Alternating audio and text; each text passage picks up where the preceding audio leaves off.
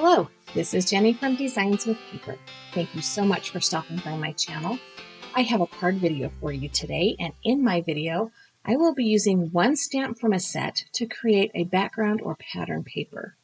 The stamp set I'm using is the All Boy stamp set from Simon Says Stamp.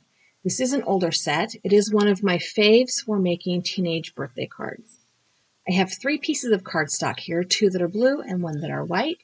And I'm going to use the smaller of those 2 blue pieces of cardstock to do the background stamping. My plan was to take some light blue ink nearly the same color as the paper, to create a background that was a tone-on-tone look so that you could see it, but it wasn't the only thing that you could see. I want to use the game controller stamp to kind of randomly stamp all over the background or all over this piece of cardstock. So the random part didn't work out as well as I wanted. My plan was to turn the stamp a corner turn every time I stamped. But I was also trying to get as many images on this cardstock as I could, and so my brain kind of short-circuited somewhere in there, and I ended up stamping them mostly all the same way, which is not a huge deal because my focal point will be kind of covering most of that. But yeah, so didn't exactly turn out how I thought it would, but it's okay. So my focal point on this card is going to be the words, and I will be using the Hey and the You're a Winner stamp set stamps from this stamp set, and I want to do a little bit of gradient stamping. So my first course of action is to take this stamp that says Hey and line it up on this piece of white cardstock. This is just a scrap piece I had in my little bin on my desk full of cardstock scraps. And I'm going to stamp it in that same blue ink that I used to stamp the game controllers on the other piece of cardstock. And I will have to stamp this a couple of times. Those bigger ink pads are hard to get the stamps inked up on your MISTI. They're great when you're using stamp blocks, but not necessarily when you're using your stamp positioner. And it didn't stamp really great, so I'm going to ink it up again and restamp that. And I'm not using a huge amount of pressure, just my fingertips. I don't want to smush the edges of this text stamp. Sometimes it's really easy to do, to smush it. So now that I have Hey stamped on there, I'm going to take the You're a Winner stamp, and it has 2 lines. So my plan is to stamp the You're a in a mid-tone aqua blue and the Winner in a dark tone aqua blue. So I will be using some Altenew ink cubes because they're smaller and a little bit easier to work with. So the first one is kind of this mid-tone, I think it's called Lagoon. And I'm just stamping up the top words and using an ink blending brush to kind of fade out that bottom so that when I stamp the bottom word, I can do the same thing and it will all fade together without having an obvious line. And you can see that I've kind of sort of got the bottom word in there a little bit. It's no big deal. And I'm using a darker Altenew ink to stamp that bottom. It's a little bit hard to see the difference on the video. I apologize for that. My lights are kind of blowing that out. It was kind of a grayish day when I was stamping this, so I had all my lights on, which you can clearly see reflecting off the lid of my MISTI. The W would not stamp very clearly in the corner, so I did move that paper over and just lined that stamp up and restamped it again, and it was perfect. I just had to get the top of the W on that. So now that I have the sentiment stamped, Hey, you're a winner, I need to trim that piece down just a little bit. There's a lot of extra on the bottom. Like I said, this was just a piece of cardstock that was in my scrap bin that is on top of my desk. I do want to leave a little bit of an edge, kind of make the margin from the top and the bottom look similar. And I'm going to put this on the center of that panel I created with the controller stamp. Now, probably also, I should have turned that the other direction since now most of the controllers are upside down, but that's okay. So I have this other stamp set from Simon Says Stamp. It has a really small happy birthday, and I needed a happy birthday that was kind of not a fancy font because, again, this is a more masculine card, but that was also small print, but not teeny tiny. Like I do have those stamp sets that have the teeny tiny fonts. I needed, not quite that small. So I have mounted the happy birthday stamps onto a stamp block, And because I went with my stamp block, not my stamp positioner, I am using Versaclear ink because that guarantees, unless I'm totally smush it, I only have to stamp it one time. And I am not smushing it. I am just carefully running my fingers over that. And like always with your Versaclear ink, it stamped perfectly the first time. I am going to use my sentiment strip dies to trim this out. I want to have almost no border to this white happy birthday banner. So I have these are the Simon Says Stamp sentiment strip dies. I'm going to tape that in place and run it through my die cut machine. And what I have is a sentiment strip that is way too long.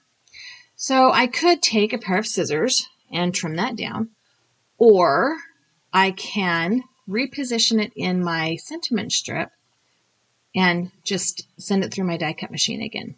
I do both. It depends on where my brain is at that day. Today I wanted to reposition it.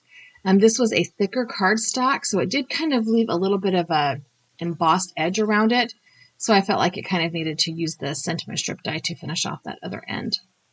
Because sometimes, especially on a thinner cardstock, I don't care. So as I position that banner there, it's looking a little washed out and lonely. So here is my scrap bin. And I have this divided into two sections. One that has smaller than card front scraps, and the back section has actual card front sized scraps on it. And I wanted a darker aqua that is kind of dark like the text. And I'm just going to create a little bit of a mat around this happy birthday sentiment. And I probably could have cut this out with my sentiment strips as well, but I decided to pull out my paper trimmer. And I like this Fiskars wire guided paper trimmer because I can see exactly where I am cutting. And this is the paper trimmer I choose when I need to have some really, I really need to know where I'm cutting, where I'm really trying to position the paper exactly. And even here, I still had to trim it down just a little bit. And with a sharp blade, this paper trimmer does super tiny pieces of paper, no problem. My only issue with it is that I go through blades like mad. So the next step in this card process is to take my card base, and this is half of a sheet of cardstock.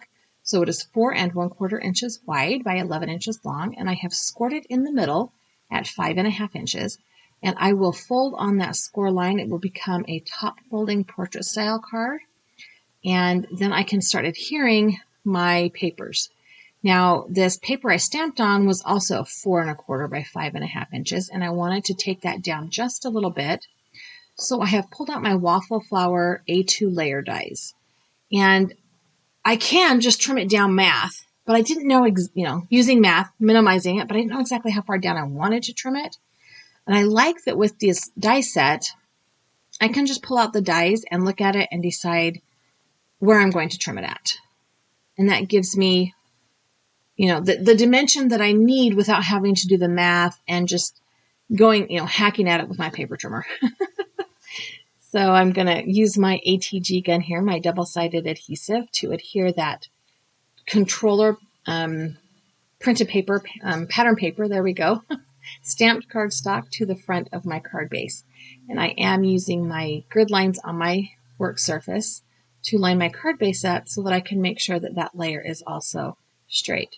Also, I don't measure, I eyeball, so it's probably not exact, but it looks good, so there. I am going to take this center sentiment and I am going to pop it up with my foam tape roll. And I cut that out because you don't want to see me fussing with foam tape. And I'm going to put that right in the center. And then I can adhere the happy birthday banner right there at the bottom. And I'm going to put double-sided tape on the top edge of that because it is going to hang off the bottom of that square sentiment just a bit.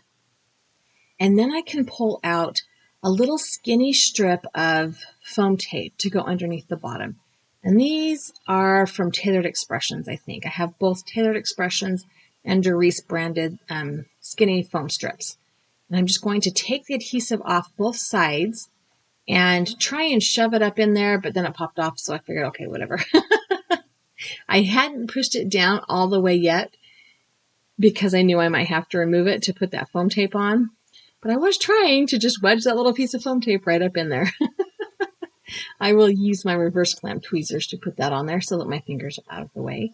And all that is left is to add the liner paper to the inside of my card. I always add a piece of white copy paper to the inside of the card so I have a nice clean place to write the sentiment for whoever will receive my card.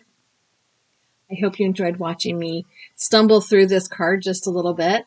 Let me know in the comments below how you feel about masculine cards. Are they hard? Are they easy? Are they just the same? I struggle with them just a little bit. Here's a couple of pictures for you to check out. Thank you so much for stopping by my channel. I have linked a couple of other videos here at the end for you to watch, as well as, in English, a subscription button.